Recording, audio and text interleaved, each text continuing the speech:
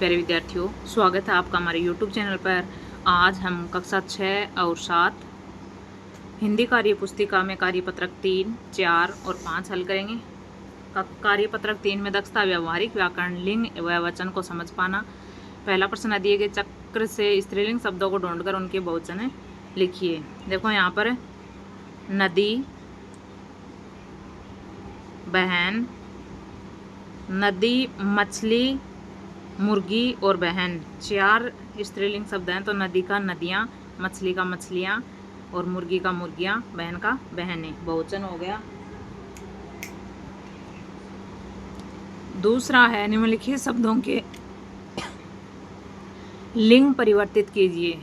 धोबी का धोबिन, पति का पत्नी, चाचा का चाची, घोड़ा का घोड़ी, ऊँट का ऊँटनी, गायिका का गायक, देवी का देवता, औरत का आदमी, चिड़िया का चिड़ा, मालिन का माली। तीसरा, उचित शब्द के प्रयोग से वाक्य पूर्ण कीजिए। मैं रोजाना दंत मंजन करता हूँ। कमरे में पंखा चल रहा है। गांव में बच्चे खेलते हैं। वह हनुमानगढ़ जाएगा। 4 का है, वाक्य को शुद्ध करके दोबारा लिखिए। सुरेश गाना गाता है। सुधा कविता सुनाती है। मैं खाना खाता हूँ। सविता नाचती है। वह बीकानेर गया है। अगला कार्यपत्रक देखते हैं 4 का। उससे पहले आप वीडियो को लाइक कर दीजिए, चैनल को सब्सक्राइब कर लीजिए और अपने दोस्तों के साथ शेयर कीजिएगा। कार्यपत्रक 4 में दक्षता है व्यवहारिक व्याकरण, संदर्भ में संबंध बोधक शब्दों का प्रयोग कर पाना। पहला प्रश्न है, दिए गए बॉक्स में समुच्चय बोधक शब्दों को छांटकर रिक्त स्थान में भरिए। संकेत दिए हुए हैं, इनमें से छांटकर लिखना है। बड़ों का कहना मानो, अन्यथा पछताओगे। यदि तुम आओगे तो मैं भी चलूँगा। मैं बीमार था इसलिए विद्यालय नहीं गया।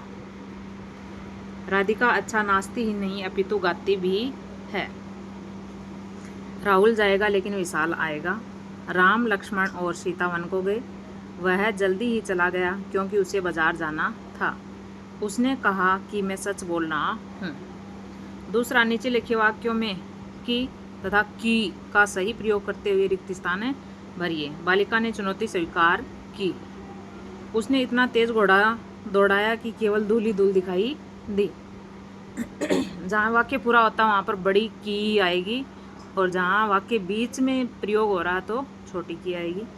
कानपुर से विद्रोह की, देखो थोड़ा लंबा खींच रहा है। कानपुर से विद्रोह की लहरें झांसी तक आ पहुंची। ज़रूरी नहीं है ये भी कि बीच में छोटी आएगी, बड़ी भी आ सकती है। अंग्रेज़ों में इतना साहस न था कि वे रानी को पकड़ सकें। यह मेरे जीवन की अंतिम लड़ाई थी। जहाँ पर ज़्यादा प्रेशर डल रहा है वो बड़ी आएगी। रिक्त स्थानों की पूर्ति उचित संबंधबोधक अवयव चुनकर कीजिए। मेरे घर के सामने एक बगीचा है। विद्या के बिना जीवन व्यर्थ है। इनमें से छांट के लिखना है। दिनेश पेड़ के नीचे बैठा है। बाग के भीतर पौधे लगे हैं। उसका मुख चंद्रमा के समान है। अगला कार्यपत्रक 5 का।